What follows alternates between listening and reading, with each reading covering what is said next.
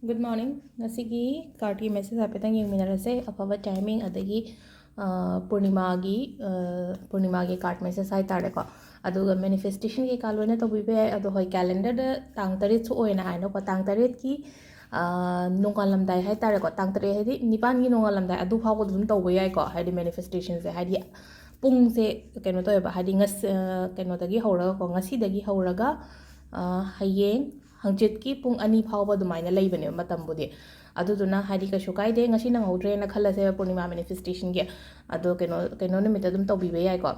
description da hapake ko hadi repost amani budi to gram ne ko ado description da hapage hadi karam manifestation to boya ga da ge have the relationship ke da hadi leina ko aina belief to boda relationship ke mane yai ke shukai de ko belief da relationship manifest to boya pesha manifest to boya career manifest to boya exam manifest to boya ko ado ai description da hadi mari ma khangalaga hapake hana post tawgiba ko hadi link to in hapake link to da changa ga oina yengbiraga dwain to birasu yai ko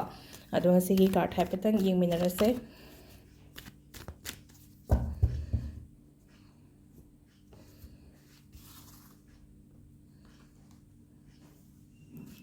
sidagi ahum katang ko blog to jarage ko 1 2 3 ko इसलिए ले रखो कि card अहम से को card अहम से की करी मैसेज लाके है बदो है पेता ये मिनर से को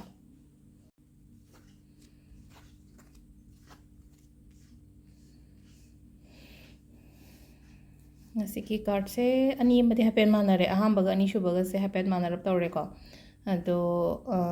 अहम बगी सिदि को हाइदि अइना पांथोके ना खल्लिबा पोतो पांथोपियो को हाइदि खल्लगा लेगनोन हाइबा सिदा को अंगोंदा लेदिबा हाइ तारे को हाइदि ideas katangi wasu natabato ko haidi isagi oina hai tare ko hai singje bayamna hai singba hairagadi creative mind creative thoughts kai ka mayam ama haidi yaujabado isada aduduna adumba mayam do hai tare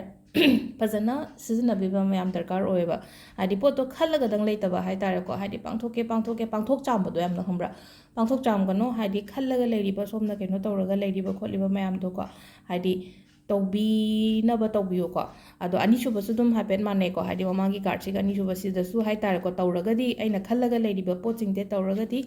phagani habne aduga hadi aphaba hadi de lakadori matam sida ko hadi shongi damakta aphaba la ko lo haiba su le ko lakadori matam da shongi damakta phaba la ko padum le ko aro ahum suba se aina mamangda shoigi na khangiba pot kumba leiragadi ko hadi amuka hanna tawgono ko adugi potuma hadi aina si tawramdragadi aise ngasi aina hoji leiriba phibam ai yam pharamgadamni ko natraga hadi ai to sidam ketang nungaitaba khotaba hoji leiyena khalasiba ko ado mamangi da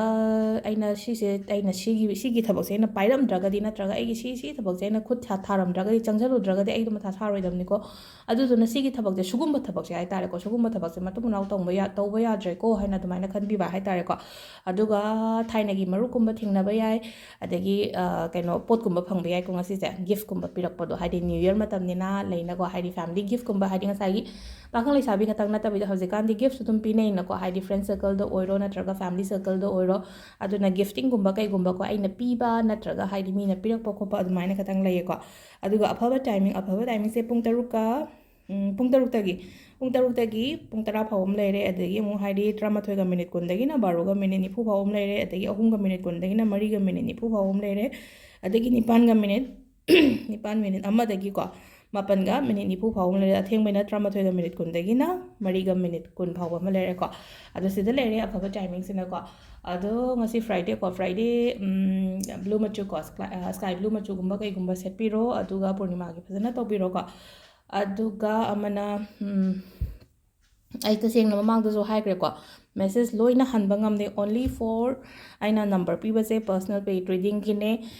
aigi adu tawre aigi maru phawdare ko tare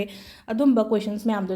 ai haningai matam su leite ai taseng na matam leite ko hadi ai haibada diam nungai tre hai den hai ko hadi matam phangda base ai matam leina dum haibne na hangai di adu ai taseng khitang busy hoy ko hadi nungdang se ai pung 12 hela kan ti sange adu da ngong sai ki message halakte khote na waro pro to biri ba mayam to bigo no ko ai taseng ai ne na haningi ne ke to be haningoi doino ado han ai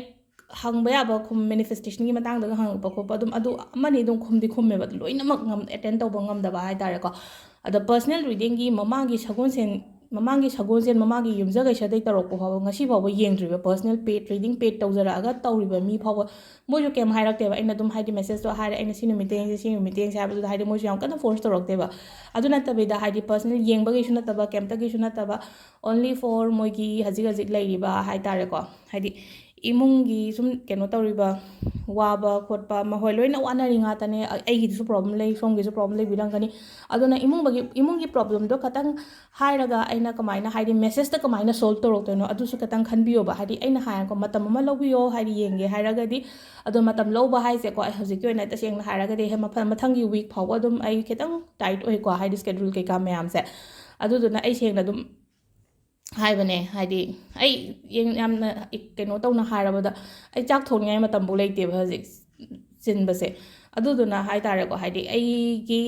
ꯊꯕꯛꯁꯦ ꯈꯤꯇꯪ understand ꯇꯧꯕꯤꯕ ꯍꯥꯏꯇꯥꯔꯦꯀꯣ ꯊꯕꯛꯁꯦ ꯁꯤ ꯈꯛꯇꯪ ꯅꯠꯇꯦ ꯑꯇꯣꯞꯄꯁꯨ ꯂꯩꯕꯅꯤꯅ ꯑꯗꯨꯗꯨꯅ ꯍꯥꯏꯗꯤ ꯂꯣꯏꯅꯃꯛ 24/7 ꯑꯦꯕꯥꯏꯂꯦꯕꯜ ꯑꯣꯏꯗꯦꯀꯣ ꯑꯗꯨꯗꯨꯅ ꯍꯥꯏꯗꯤ ꯃꯦꯁꯦꯖ ꯗ꯭ꯔꯣꯞ ꯇꯧꯕꯤꯔꯝꯃꯣ ꯍꯟꯕ ꯌꯥꯕ ꯃꯦꯁꯦꯖ ꯑꯣꯏꯇꯥꯔꯗꯤ ꯍꯜꯂꯛꯀꯦ ꯍꯟꯕ ꯌꯥꯔꯣꯏꯗꯕ ꯃꯦꯁꯦꯖ ꯑꯣꯏꯇꯥꯔꯗꯤ ꯑꯩ ꯍꯜꯂꯛꯑꯔꯣꯏꯕ ꯑꯗꯨꯛ ꯌꯥꯝꯅ